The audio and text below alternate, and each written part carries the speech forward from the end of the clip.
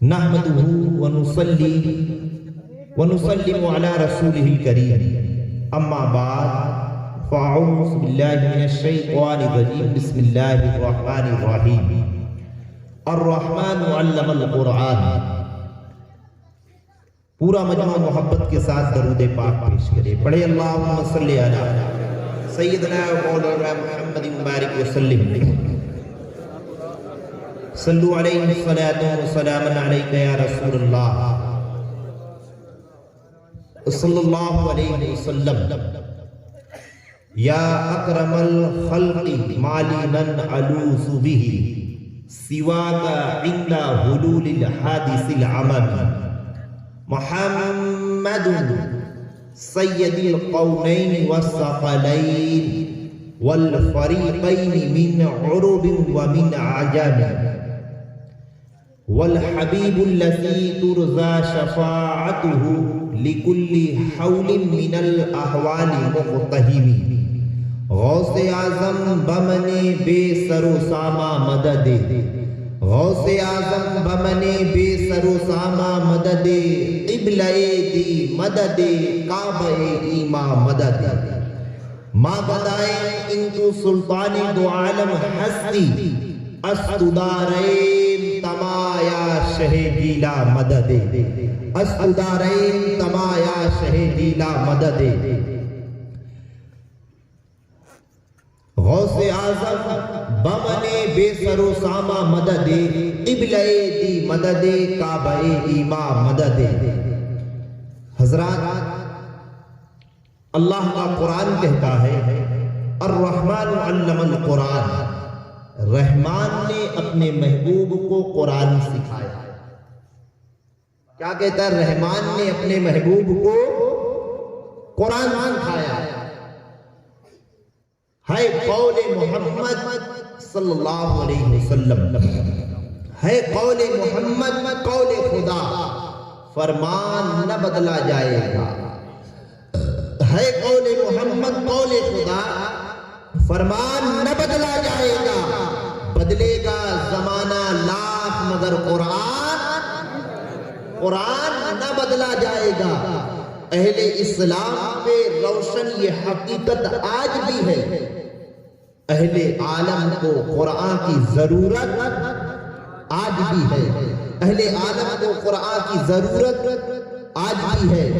اور فاضل بریلوی سیدی سندی عاشقی محققی سیدی سرکار اعلیٰ حضرت امام عشق محبت کی دنیا میں ڈوب کر آپ بہت ہی احسن انداز میں فرماتے ہیں یا رسول اللہ سب سے اعلیٰ و اولا ہمارا نبی. دونوں عالم کا دلہا ہمارا نبی. دونوں عالم کا دلہا ہمارا نبی.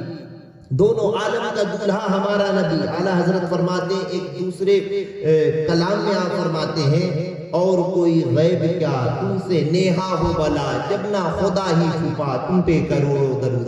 بہرحال آج جو میری تقریر کا موضوع ہے وہ یہ ہے الرحمن علم القرآن.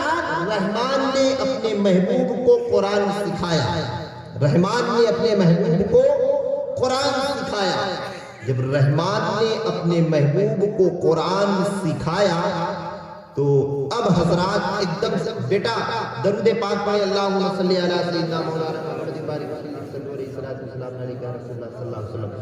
خدا کے لیے آپ لوگ بیٹا یہ جو بچے بیٹھے ہوئے ان کو اٹھا کے باہر بھیجیں. آپ لوگ اٹھ کے یہاں سے جاؤ. بالکل ڈسٹرب مت کرو. تقریر کے بیچ میں بالکل اٹھ کے آنا جانا بند کرو.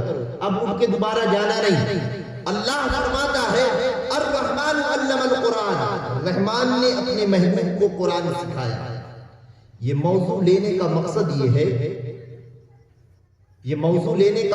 یہ ہے کہ پیارے آقا صلی اللہ علیہ وسلم پر خدا کے لیے آپ لوگ یہاں سے ان کو چاروں کو باہر کر دو. بیٹا باہر چلے جاؤ. بات کرتے وقت تقریر میں ڈسٹرب ہوتا ہے.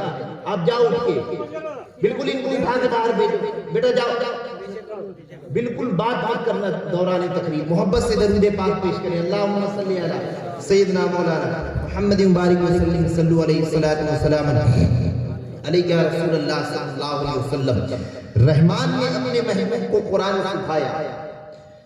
تو اب آئیے ذرا تفاسیر کو دیکھتے ہیں، احادیث مبارکہ کو دیکھتے ہیں کہ اللہ نے قرآن میں یہ کیوں کہا کہ رحمان نے اپنے محبوب کو قرآن سکھایا۔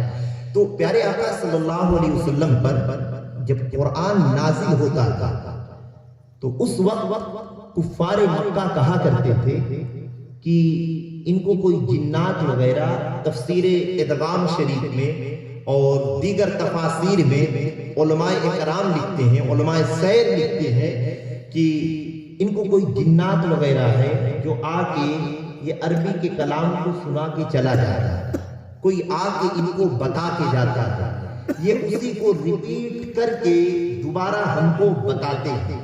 جب پیارے آقا صلی اللہ علیہ وسلم پر اللہ نے اس آیے کریمہ کو نازل کیا، کیا نازل کیا؟ رحمان نے اپنے محبوب کو قرآن، اونچا بولے، قرآن سکھایا۔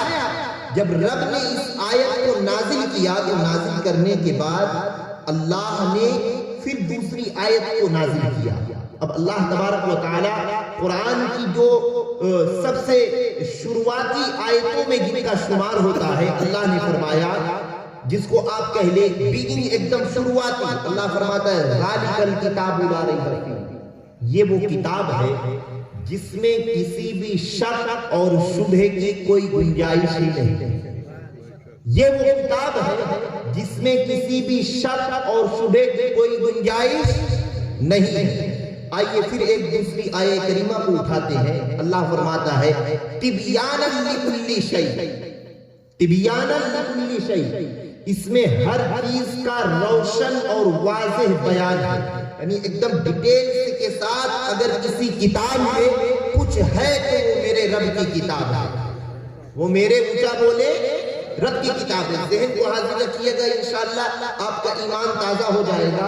اور یہ فقیر یہ بھی بتائے گا کہ آل انڈیا الجامع فاؤنڈیشن کو ہم نے قائم کیا ہے، اس کا مقصد کیا ہے، اس کا آبجیکٹ کیا ہے قائم کرنے کا، وہ بھی آپ کو بتاؤں گا، لیکن شروعاتی تقریر میں یہ بتاتا چلوں۔ پھر اللہ ایک آیت میں فرماتا ہے وَلَا رَطْبٍ وَلَا يَابِسٍ إِلَّا فِي كِتَابٍ مُبِينٍ، کوئی بھی خشک چیز، کوئی بھی تر چیز ایسی نہیں ہے جس کا ذکر اس قرآن میں نہ ہو، اس قرآن میں نہ ہو، سب کا ذکر قرآن میں ہے۔ تو ہم نے کہا اے قرآن، تیرے اندر ہر چیز کا ذکر موجود ہے، تو قرآن کہتا ہے پلٹ کے ہاں پڑھو پھر قرآن، ما فرطنا فی الکتاب من شیء، یعنی کوئی ایسی چیز باقی نہیں ہے جس کا ذکر قرآن میں نہ ہو۔ خود قرآن کہتا ہے ہر چیز کا ذکر قرآن میں ہے، ہر چیز کا ذکر قرآن کے اندر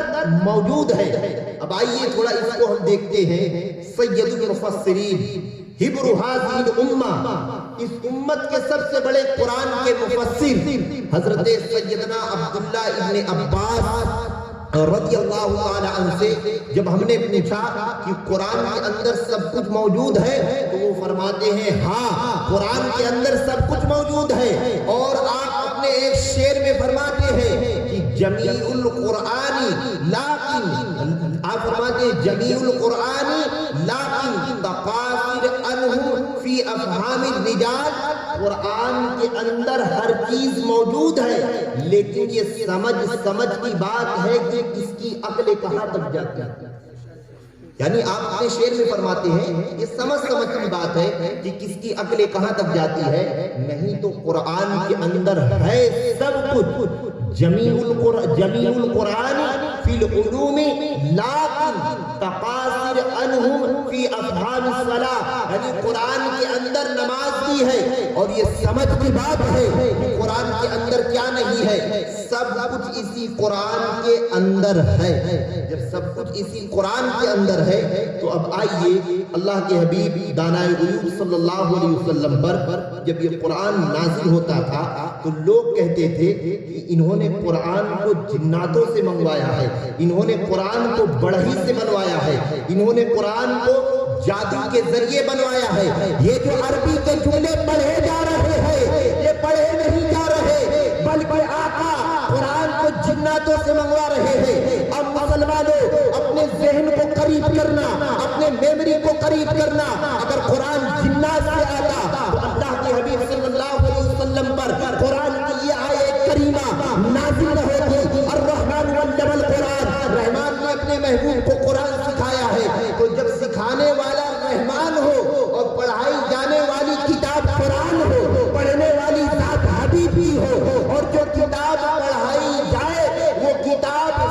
سچی ہو تو حضرات ہوتا کیا ہے، ذہن قریب کرنا، سیدی سرکار اعلیٰ حضرت امام احمد رضا خواہ فاضل بریلوی علیہ الرحمۃ والرضوان ایک بہت ہی اچھا نقطہ فرماتے ہیں، اس نقطے کو سنیں گے، ہاتھ اٹھا کے بتائیں، اس نقطے کو سنیں گے، سنیے۔ اعلیٰ حضرت اور بھی علماء سیر فرماتے ہیں، کیا فرماتے ہیں سننا، علماء سیر فرماتے ہیں کہ 4 چیزیں ایسی ہیں کہ اگر وہ 4 چیزیں پائی جائیں تو انسان عالم ہوتا ہے، انسان ادیب ہوتا ہے، انسان ماہر ہوتا ہے۔ تو اب وہ 4 چیزیں کیا ہیں؟ اعلیٰ حضرت فرماتے ہیں سب سے پہلی چیز تو یہ ہے کہ جو کتاب پڑھائی جائے وہ کتاب سچی ہو، اس کتاب میں دور سے دور تک کوئی چیز جھوٹ بھی موجود نہ ہو، بیٹا بات نہیں، اس کتاب میں دور سے دور تک کوئی چیز جھوٹ نہ ہو۔ اگر کتاب میں کوئی چیز فالٹ ہے، کتاب کا سلیبس رائٹ نہیں ہے، کتاب کا سلیبس اوکے نہیں ہے، تو جو پڑھائی جا رہی ہے وہ پڑھائی مکمل نہیں ہوگی۔ پھر اعلیٰ حضرت فرماتے ہیں کتاب غلط بندہ عالم نہ بنے گا۔ اعلیٰ حضرت فرماتے ہیں کتاب صحیح ہے لیکن جو پڑھانے والا استاد ہے، استاد رائٹ نہیں ہے، استاد غلط ہے، تو علم کبھی بھی مکمل نہیں ہوگا، علم ناقص رہے گا۔ اعلیٰ حضرت تیسرا نقطہ فرماتے ہیں کہ اگر کتاب بھی صحیح ہے، پڑھانے والا بھی صحیح ہے، لیکن پڑھنے والا شاگرد جو ہے اس کا مائنڈ برابر نہیں ہے، وہ توجہ سے پڑھتا نہیں ہے، تو اس صورت میں بھی علم کبھی بھی مکمل نہیں ہوگا۔ اعلیٰ حضرت فرماتے ہیں استاد بھی مکمل ہے، کتاب بھی مکمل ہے، پڑھانے والا بھی مکمل ہے، اس کے علاوہ جو چوتھا ہے استاد توجہ سے پڑھاتا ہی نہ ہو۔ بھائی استاد صحیح ہے، کتاب بھی صحیح ہے اور پڑھنے والا شاگرد بھی صحیح ہے، لیکن استاد توجہ سے نہ پڑھاتا ہو تب بھی بندہ صحیح علم سے محروم بولو رہے گا۔ صحیح علم سے کیا رہے گا؟ بولے اونچا بولے، صحیح علم سے بندہ محروم رہے گا۔ اب ان چاروں چیزوں کو، 4 کانسیپٹ کو آپ اپنے مائنڈ میں رکھیں۔ اب مائنڈ میں رکھنے کے بعد آپ سنیں، اللہ نے کہا رحمان نے اپنے محبوب کو قرآن سکھایا۔ کس نے سکھایا؟ رحمان نے اپنے محبوب کو قرآن سکھایا۔ جس کتاب کو سکھایا، سکھانے والا خدا، سکھانے والا کون؟ اونچا بولے، سبھی اونچا بولے، خدا۔ جس کو سکھایا سیکھنے والے مصطفیٰ، جس نے سکھایا سکھانے والا خدا، اور جس نے سیکھا سیکھنے والے مصطفیٰ۔ جس کتاب کو سیکھا، کتاب کلام اللہ، اور جو سکھایا، جس نے سیکھا، جس نے سکھایا وہ رب العالمین ہے، جس نے سیکھا وہ رحمت للعالمین۔ جس نے سیکھا وہ کون ہے؟ رحمت للعالمین ہے، یعنی سکھانے والا اپنا ذات میں مکمل ہے، سیکھنے والا اپنی ذات میں مکمل ہے۔ اب حضرات ذہن کو قریب کریے گا، جب دونوں مکمل ہو گئے، کہیں سے کہیں تک کوئی ادھورا نہیں ہے۔ اس صورت میں ایک لیجنڈ یہ آؤٹ ہوتا ہے کہ بادشاہ کا دور ہے، جب بادشاہ نے خلیفہ شیخ سعدی شیرازی رحمۃ اللہ علیہ مصنوی شریف کے اندر ایک بہت ہی اچھا واقعہ لکھتے ہیں۔ آپ ارشاد فرماتے ہیں کہ بادشاہ نے ایک مرتبہ لیلا کو بلایا اور لیلا کو بلا کے کہا، اے لیلا تیرے اندر یہ غلطیاں ہیں، تیری آنکھیں صحیح نہیں ہیں، تیرے چال چلن صحیح نہیں ہے، تیرے پیچھے تو مجنون فالتو میں بدنام ہے، آخر تیرے اندر ایسی کیا بات ہے کہ مجنون تیرے پیچھے پیچھے بدنام ہے؟ تو اب حضرات ذہن کو قریب کریے گا، مجنون کھڑی ہو گئی۔ لیلا جب مجنون کو ایسا کہا گیا تو کہنے کے بعد لیلا کھڑی ہوئی۔ لیلا نے کہا، اے بادشاہ اگر تو مجنون کا نام لے کے تو نے مجھ کو کچھ کہا نہ ہوتا تو میں تجھے جواب نہ دیتی، لیکن جب تو نے مجنون کا نام لیا ہے تو اب نام لینے کے بعد تو میرا جواب سن لے۔ کہا تیرا جواب کیا ہے؟ اس نے کہا بادشاہ میرا جواب یہ ہے کہ مجھے جو تو دیکھ رہا ہے، جس آنکھ سے دیکھ رہا ہے، اور تو کہہ رہا ہے کہ مجنون تیرے پیچھے فالتو میں بدنام ہے، تو سن میرے جمال کو، میرے حسن کو دیکھنے کے لیے جمال لیلا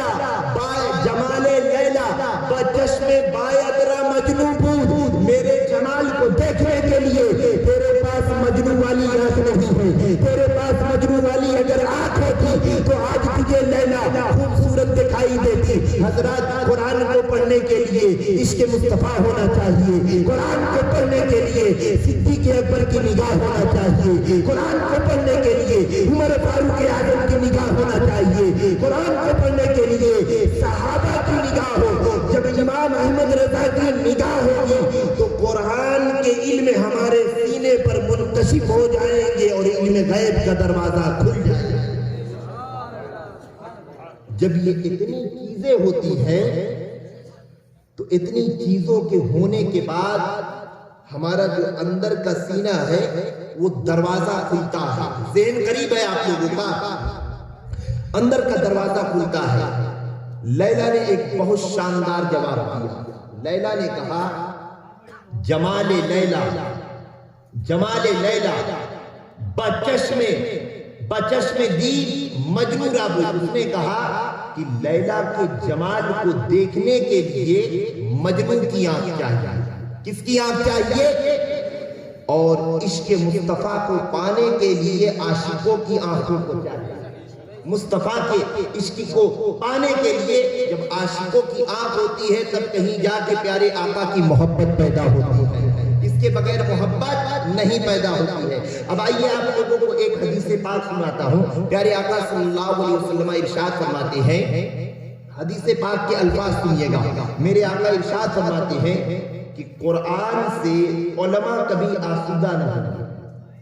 کیا فرماتے ہیں؟ قرآن سے علماء کبھی آسودہ نہ ہوں گے۔ یعنی آقا فرماتے ہیں قرآن سے علماء کبھی سیر نہ ہوں گے۔ کیوں نہ سیر ہوں گے؟ بھائی دنیا کے اندر لاکھوں کتاب ہیں، ان لاکھوں کتابوں میں ان لاکھوں کتابوں کا ذمہ رب تبارک و تعالیٰ نے نہیں لیا، کسی نے نہیں لیا۔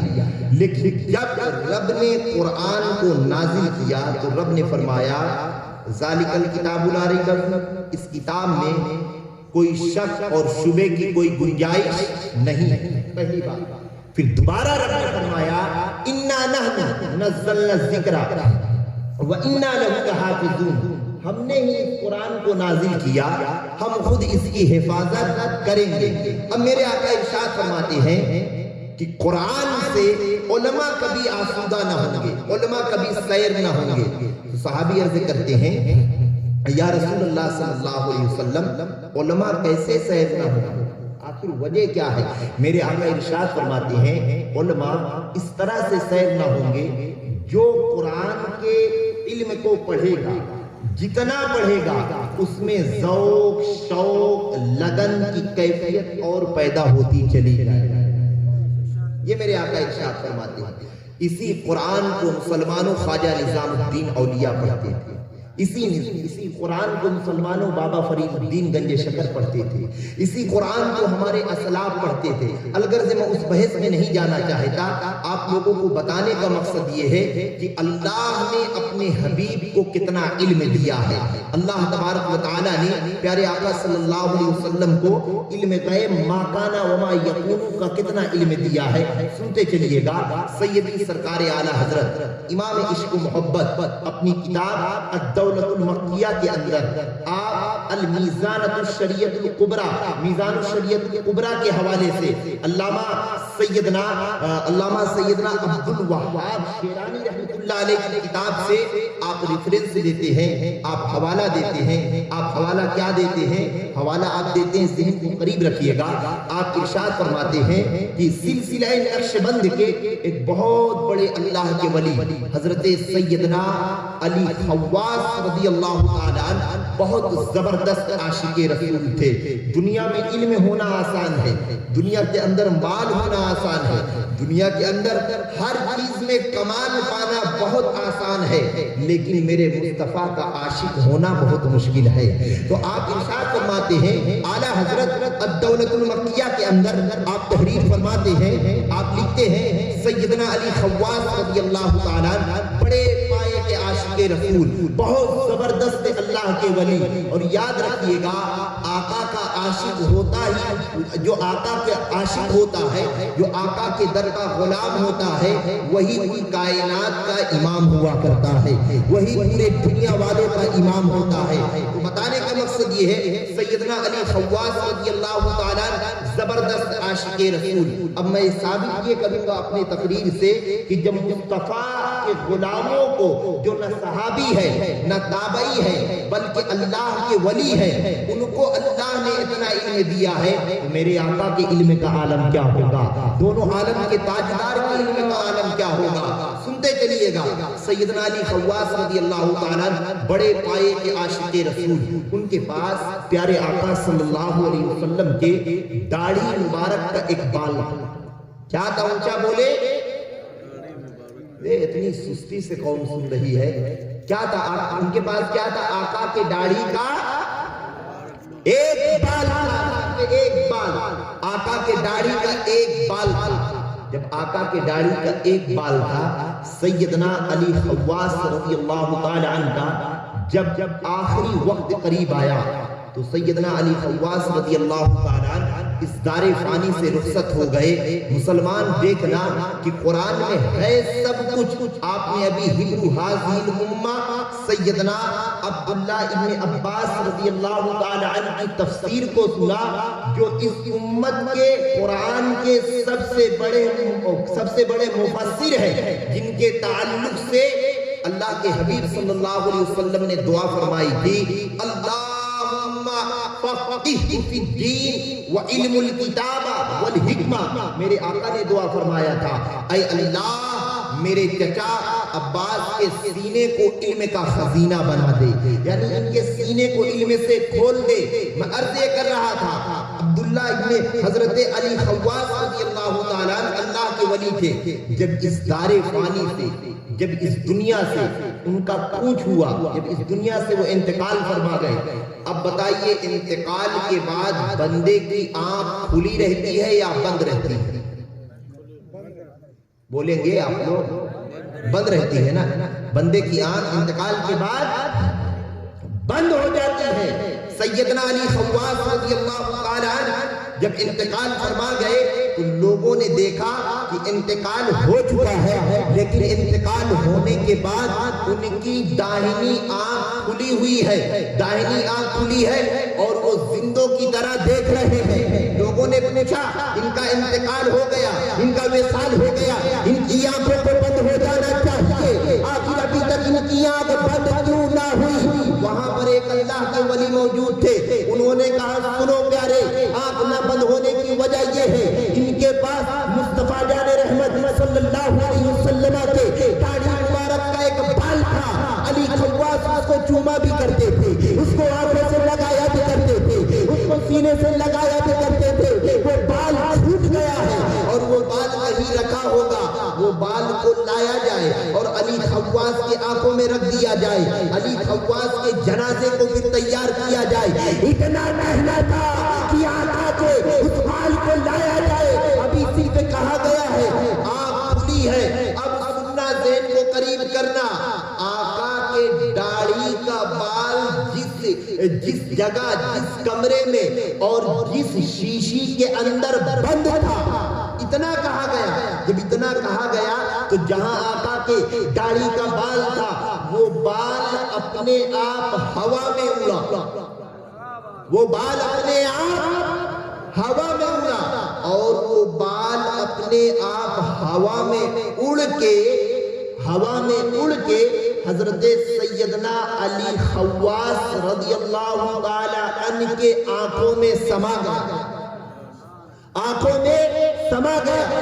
جب وہ بال آنکھوں میں سما گیا آپ کی آنکھیں بند ہو گئی. جب آپ کی آنکھیں بند ہو گئی تو بند ہونے کے بعد ان کے جنازے کو تیار کیا گیا.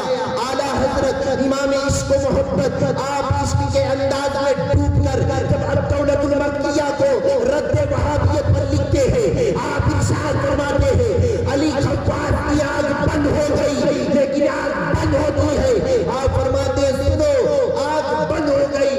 علی خواص فرماتے ہیں اللہ نے صرف سورہ فاتحہ سے، کس سے اونچا بولو، اونچا بولو، سورہ فاتحہ سے اللہ نے مجھ کو 1,47,999 علوم عطا فرمائے۔ کتنے؟ 1,47,999 علوم عطا فرمائے صرف سورہ فاتحہ سے۔ یعنی اللہ تبارک و تعالیٰ نے صرف سورہ فاتحہ سے حضرت سیدنا علی خواص کو 1,47,999 علوم عطا فرمائے۔ تو اب پیارے ان کو اتنا علم ملا کیوں ہے؟ کیونکہ ان کے پاس آقا کے داڑھی مبارک کا ایک بال تھا، تو اس بال کے صدقے رب تبارک و تعالیٰ نے ان کو صرف سورہ فاتحہ سے اتنا علم عطا فرمایا۔ تو سنو پیارے، علی خواص نہ صحابی تھے نہ تابعی تھے، بلکہ ایک ولی تھے۔ تو جس خدا نے اپنے حبیب کو قرآن سکھایا، اس خدا نے اپنے حبیب کو کتنا علم عطا فرمایا۔ نعرے تکبیر، نعرے رسالت، علماء اہل سنت، شان قرآن مجید، نعرے تکبیر، نعرے رسالت، سبحان اللہ۔ کتنا علم عطا فرمایا، اونچا بولو۔ سورہ فاتحہ سے 1,47,999 علوم صرف سورہ فاتحہ سے اللہ نے ان کے سینے میں منقشف فرما دیا، ان کے سینے کو کھول دیا۔ اعلیٰ حضرت لکھتے ہیں، پورے حوالے اور دلیل ریفرنس کے ساتھ بات کر رہا ہوں، اعلیٰ حضرت لکھتے ہیں اتنا علم عطا فرمایا۔ تو جب اللہ نے صرف سورہ فاتحہ سے اتنا علم عطا فرمایا، تو اے مسلمان سوچ، جس خدا نے براہ راست اپنے حبیب کو پڑھایا، اس خدا نے اپنے حبیب کو کتنا علم عطا فرمایا ہے، اس خدا نے اپنے حبیب کو کتنا علم عطا فرمایا ہوگا۔ اور پھر بڑی اعلیٰ حضرت کا شعر آپ فرماتے ہیں، اور کوئی غیب کا تم سے نیہا ہو بھلا، جب نہ خدا ہی چھپا تم پہ کروڑوں درود، کعبے کے بدر الدجا تم پہ کروڑوں درود، طیبہ کے شمس الضحا تم پہ کروڑوں درود۔ اب آئیے سیدی سرکار اعلیٰ حضرت اسی کتاب میں الدولۃ المکیہ کے اندر آپ دوسری جگہ پھر ارشاد فرماتے ہیں، میزان الشریعت الکبریٰ کے حوالے سے آپ لکھتے ہیں کہ میزان الشریعت الکبریٰ کے مصنف حضرت علامہ سیدنا عبد الوہاب شعرانی رضی اللہ تعالیٰ وہ تحریر فرماتے ہیں اپنی کتاب میں کہ ان کے بھائی کا نام تھا افضل الدین، اور بہت بڑے وہ عالم تھے، بہت بڑے عالم تھے۔ وہ لکھتے ہیں کہ میرے بھائی جہاں عالم تھے بہت بڑے، وہیں پر بہت بڑے اللہ کے ولی بھی تھے۔ وہ لکھتے ہیں، تحریر فرماتے ہیں کہ میرے بھائی کو اللہ تبارک و تعالیٰ نے صرف سورہ فاتحہ سے، زیادہ نہیں، صرف سورہ فاتحہ سے اللہ نے وہ علم عطا فرمایا۔ پوچھا گیا کیا علم عطا فرمایا؟ وہ فرماتے ہیں اللہ نے میرے بھائی افضل الدین کو صرف سورہ فاتحہ سے 2,47,999 علوم عطا فرمایا۔ سبحان اللہ، سبحان کتنے؟ 2,47,999 علوم صرف سورہ فاتحہ سے عطا فرمائے۔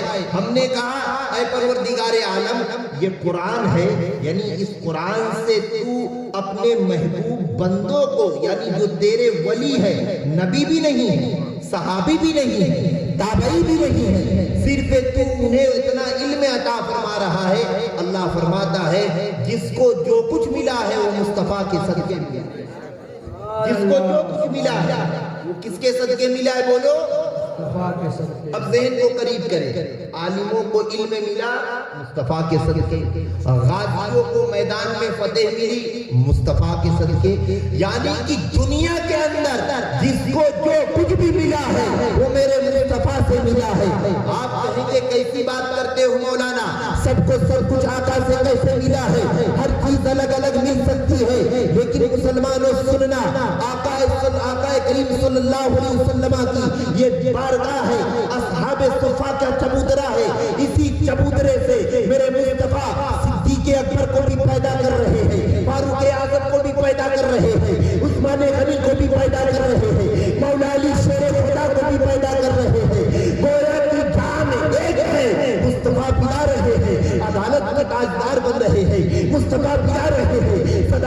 پاسدار بن رہے ہیں. آخر یہ پوسیبل کیسے ہے؟ تو آئیے سنتے چلیے. اب آئیے پھر آپ دیکھیے ایک حوالہ اور دیتا ہوں. سرکار غوث اعظم رضی اللہ تعالیٰ عنہ کی بارگاہ میں آپ آئیے. آپ آ کے دیکھیں گے کہ سلسلہ سہروردیہ کے امام حضرت سیدنا شیخ شہاب الدین سہروردی رضی اللہ تعالیٰ عنہ، جن کے تعلق سے میرے غوث اعظم نے، آپ کے غوث اعظم نے فرمایا کہ تم عراق کے آخری مشہور بزرگ ہوگے. کیا فرمایا؟ عراق کے آخری، پیچھے والے بولے عراق کے آخری مشہور بزرگ ہوگے.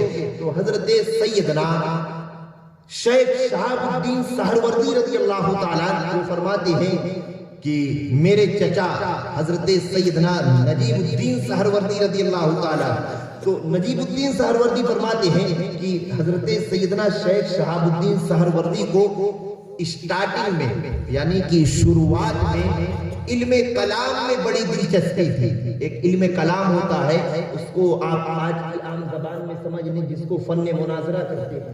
کہ مناظرے کا فن ہو، وہ طالب علم کے ہے تو بہت زیادہ ہوتا ہے حضرت، کہ میں تجھ سے اس کتاب میں بحث کر سکتا ہوں، میں تجھ سے اس کتاب میں آگے جا سکتا ہوں. ذہن کو قریب کریے گا. نجیب الدین سہروردی فرماتے ہیں کہ شیخ شہاب الدین سہروردی کو اسٹارٹنگ میں علم کلام میں بڑا انٹرسٹ تھا. علم کلام کو بڑا پڑھا کرتے تھے، علم کلام کو بہت پسند کیا کرتے تھے. یہ علم کلام بہت اچھا ہے. علم کلام کو سیکھا، سرکار غوث پاک کی بارگاہ میں لے گئے. سنیے گا قرآن کیا ہے اور اللہ نے اپنے حبیب کو کیا علم عطا فرمایا ہے. الرحمن علم القرآن، رحمان نے اپنے محبوب کو قرآن سکھایا ہے. ارے کیسے سکھایا ہے اس کی وضاحت بھی کروں گا.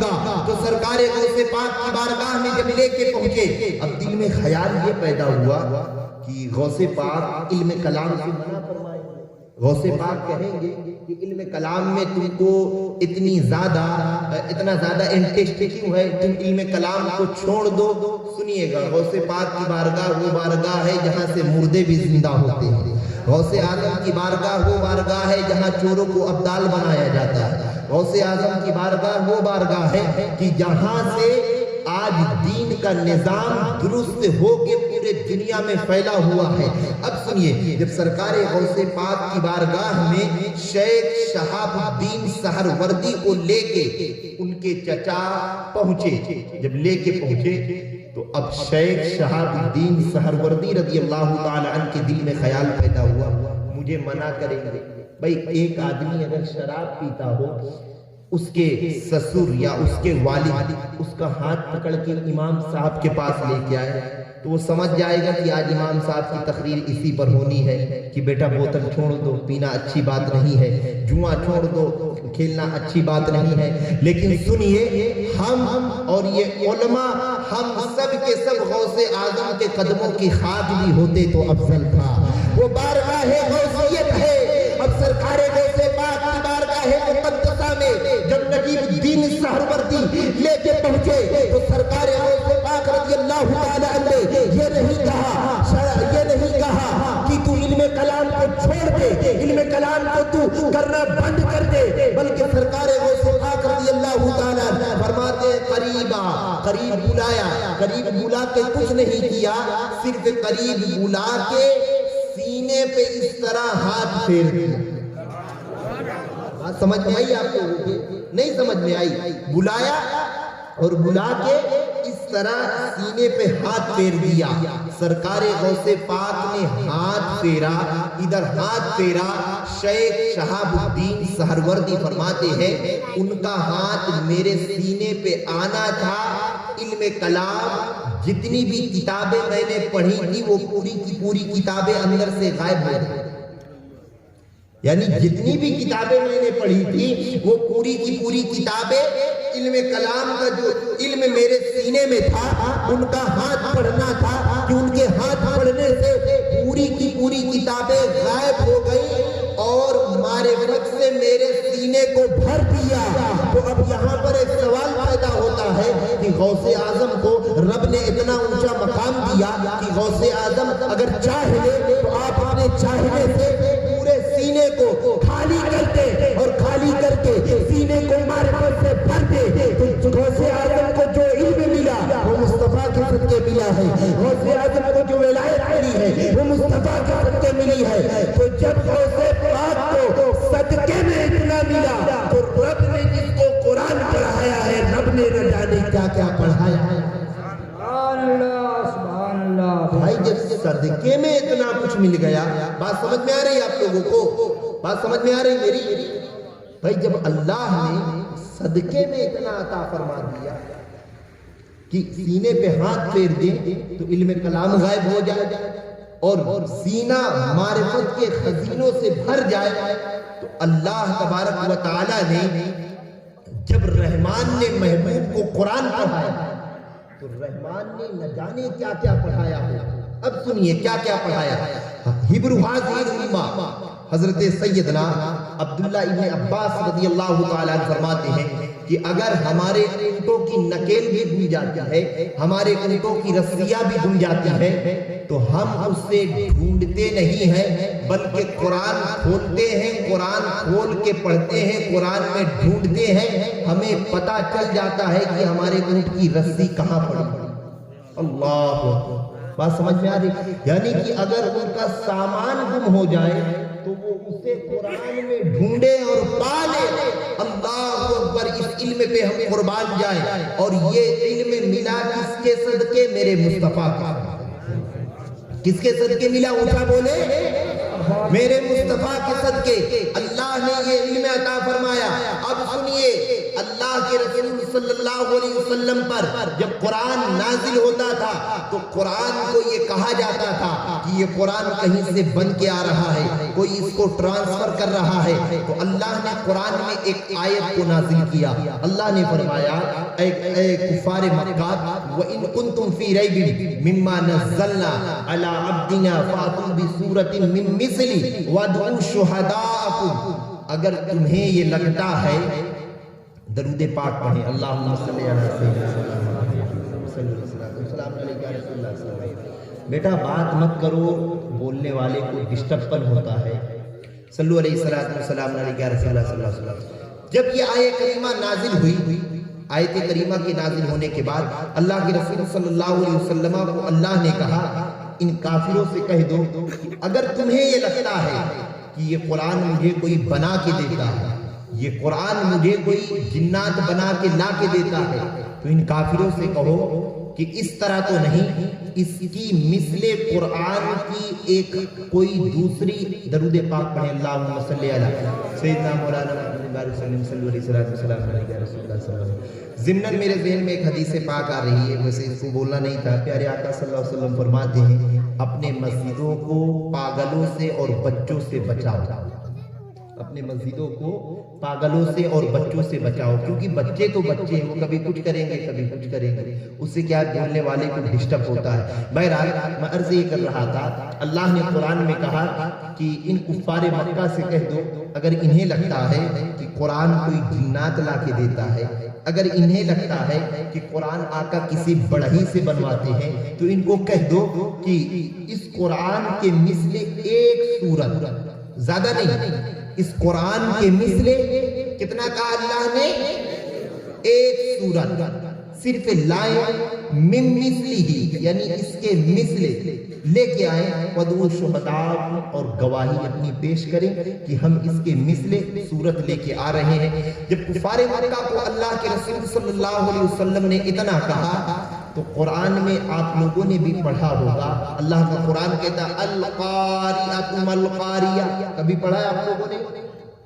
القاریہ، تو دیکھو پورے مجمع میں خالی ایک بندے نے پڑھا ہے، کتنا بڑا عالم ہے، اتنے پورے مجمع میں کوئی قرآن شریف نہیں پڑھا ہے، کوئی قرآن شریف نہیں پڑھا ہے۔ القاریۃ القاریہ آپ لوگوں نے پڑھا ہے نا؟ ہاتھوں کو نیچے کریں، سنیے۔ تو جب یہ آیت کریمہ پیارے آقا صلی اللہ علیہ وسلم پر نازل ہوئی، ایک سمجھانے کا اصلاحی پہلو ہے، ذہن کو قریب کریے گا، انشاءاللہ آپ سبھی لوگوں کا ایمان تازہ ہو جائے گا جو اب میں بتانے والا ہوں۔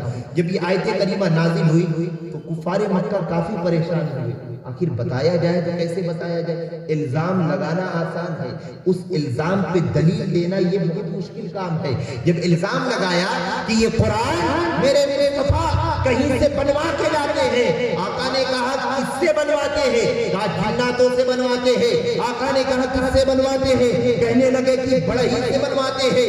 اللہ نے کفار مکہ کو قرآن میں چیلنج کیا اور چیلنج کر کے کہا اے کفار مکہ کان کھول کر سن لو، اگر میرا محبوب جناتوں سے قرآن کو بنواتا ہے، بڑھئی سے بنواتا ہے، تو پورے قرآن کا جواب رب نہیں مانگ رہا بلکہ من مثلی، اس کے مثل تم ایک سورت لے کے آؤ۔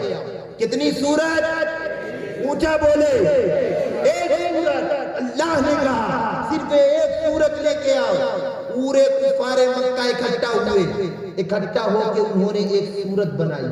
پتا ہے کیا بنائی؟ تفسیر ادغام شریف میں ہے، اور بھی علماء اپنی تفاسیر میں لکھتے ہیں۔ کیا لکھتے ہیں؟ انہوں نے بنائی القاریۃ والقاریات کے طرز پر انہوں نے بنائی الفیل منفیل۔ الفیل منفیل جانتے ہو ہاتھی کیا ہے؟ انہوں نے بنائی الفیل منفیل۔ جانتے ہو ہاتھی کیا ہے؟ ہاتھی وما ادراک الفیل، ہاتھی کے بہت بڑے بڑے کان ہوتے ہیں، ہاتھی کی دم چھوٹی سے ہوتی ہے۔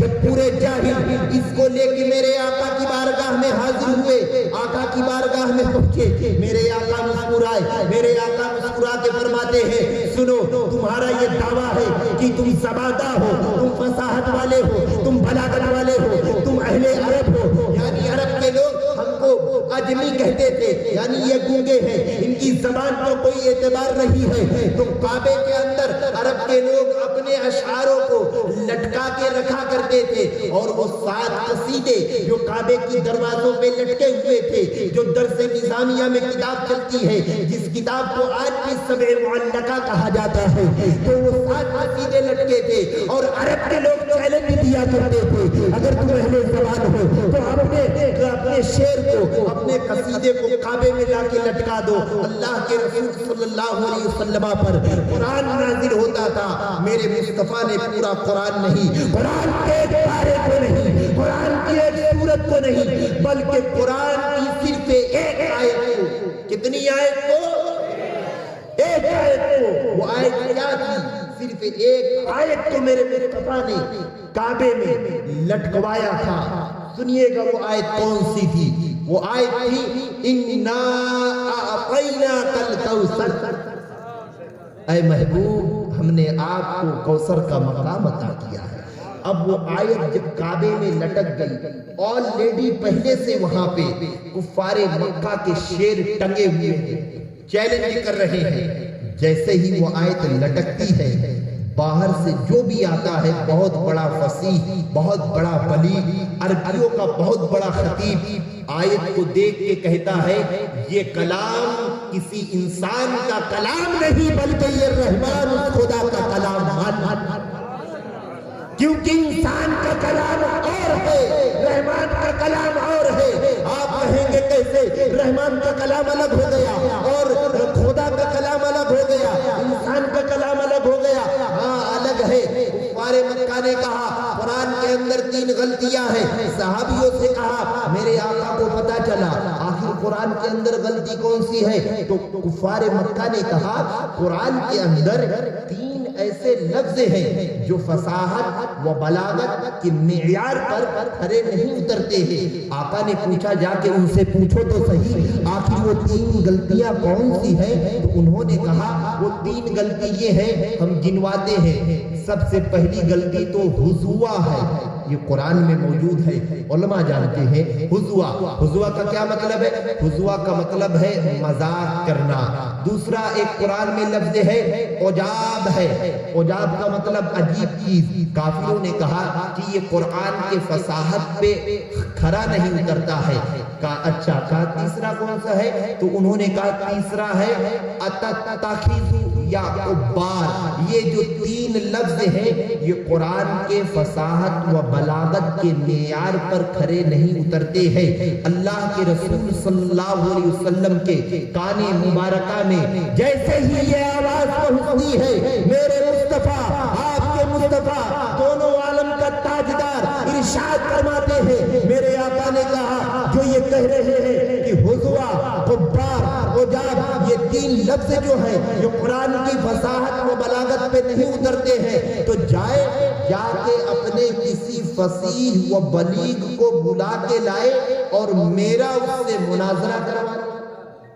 رب نے کہا نا ذالک الکتاب لا ریب فیہ، بات سمجھ میں آ رہی ہے آپ لوگوں کے؟ یہ وہ کتاب ہے جس میں کسی بھی شک اور شبے کی گنجائش ہی نہیں، کوئی بھی شک نہیں ہے۔ اب حضرات سنیے، آقا نے کہا کہ اگر ان کو یہ ڈاؤٹ ہے کہ یہ لفظ قرآن کی فصاحت پر، قرآن کی بلاغت پر، قرآن کے معیار پر کھڑے نہیں اترتے ہیں، تو ان کو مصطفیٰ کا چیلنج ہے، یہ جائے اور جانے کے بعد میرا مناظرہ کروا دے۔ آقا نے اتنا کہا، جب میرے آقا نے اتنا کہا تو ایک بہت بڈھے ضعیف آدمی کو، وہ اس کو عرب کا سب سے بڑا فصیح، سب سے بڑا بلیغ سمجھ رہے تھے، اس کو پکڑ کے لاتے ہیں، اور جیسے ہی پکڑ کے لائے تو آقا کے سامنے حاضر کر دیا۔